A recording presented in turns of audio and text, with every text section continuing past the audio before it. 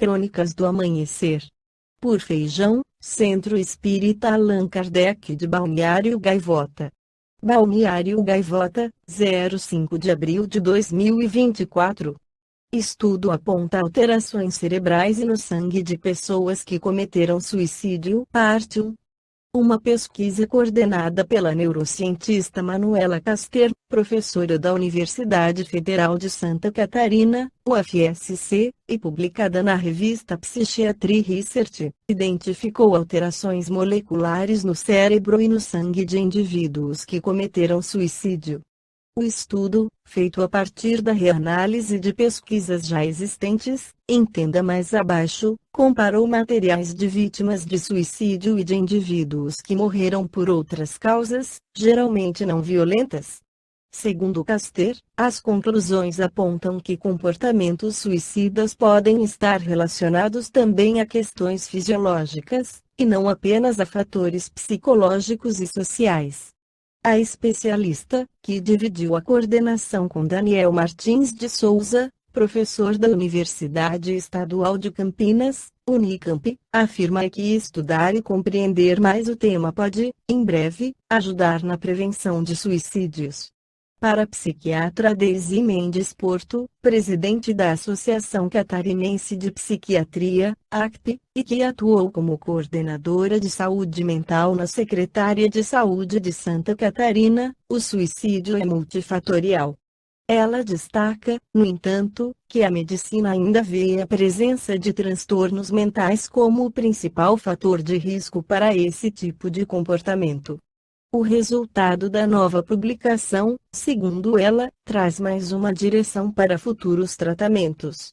Para chegarem às conclusões, os pesquisadores revisaram e reanalisaram dados de 17 pesquisas já existentes que avaliam alterações moleculares no sangue e no cérebro, após a morte, de indivíduos que cometeram suicídio. Os estudos sobre o tema, conforme Caster, são escassos por causa das dificuldades intrínsecas de acesso a este tipo de amostra biológica. E, quando avaliados isoladamente, as conclusões são mais limitadas. O córtex pré-frontal foi a área do cérebro mais verificada nos trabalhos identificados pela equipe. O resultado sugere que alterações na estrutura dessa região cerebral, fundamental nos processos de tomada de decisão e flexibilidade comportamental, podem ser relevantes no contexto do comportamento suicida. Allan Kardec em A Gênese, Capitão Chive, item 45, os espíritos maus pululam em torno da Terra, em consequência da inferioridade moral de seus habitantes. A ação maléfica desses espíritos faz parte dos flagelos que a humanidade se debate neste mundo. A obsessão, que é um efeito dessa ação, como as doenças e todas as atribulações da vida, deve, pois, ser considerada como provação ou expiação e aceita como tal.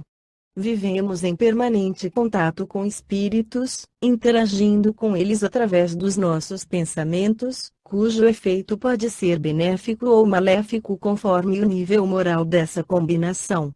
Quando ocorre a obsessão, esclarece Allan Kardec em O Livro dos Médiuns, Capitão Xi, item 237, que se trata de um processo comum na nossa humanidade devido à imperfeição espiritual que caracteriza a maioria dos habitantes do mundo em que vivemos.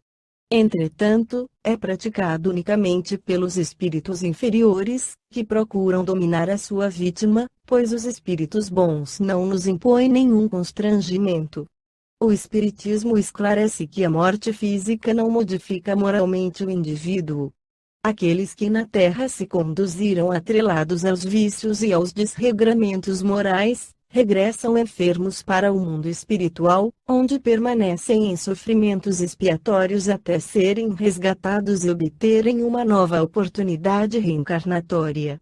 Esses espíritos, caso sejam atraídos para junto de nós, podem provocar enfermidades letais. O espírito Manuel P. Miranda, pela psicografia de Divaldo Pereira Franco no livro As Trilhas de Libertação, cita que a energia deletéria do obsessor pode transmitir os sintomas das enfermidades que o levou à desencarnação, atacando os órgãos correspondentes do obsediado e contaminando com a mesma doença.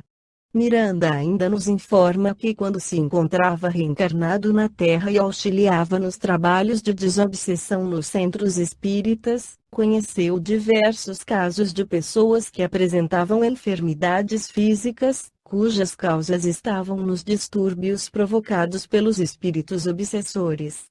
Entre essas enfermidades, observou nos pacientes a tuberculose pulmonar e laríngea, úlceras gástricas e duodenais, distúrbios cardíacos e do aparelho digestivo, cardiopatias graves, paralisias, neoplasias malignas e doenças oculares. Todas essas doenças, provocadas pela emissão de fluidos enfermiços provenientes dos obsessores, que ao infiltrar continuamente nos órgãos, descompensavam o seu ritmo celular e funcional, provocando a sua degenerescência.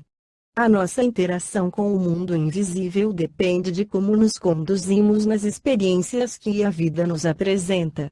Conforme o espírito Bezerra de Menezes no livro psicografado por Divaldo Pereira Franco A Loucura sob Novo Prisma, que o que fazemos do nosso livre-arbítrio, na repulsão de uma causa perturbadora, pode ser eficaz ou inútil, conforme a natureza dos nossos sentimentos. Se forem bons, a nossa resistência rechaçará todos os ataques inimigos. Se forem maus, serão ventos auxiliarem as correntes do inimigo. Para estabelecer uma sintonia conosco, os espíritos obsessores necessitam que exista um ponto de afinidade, estabelecida pelos nossos vícios e conduta moral equivocada, ou iniquidades praticadas em existências pregressas. Esta foi a crônica do amanhecer de 05 de abril de 2024. Por Alfredo Feijão Lopes.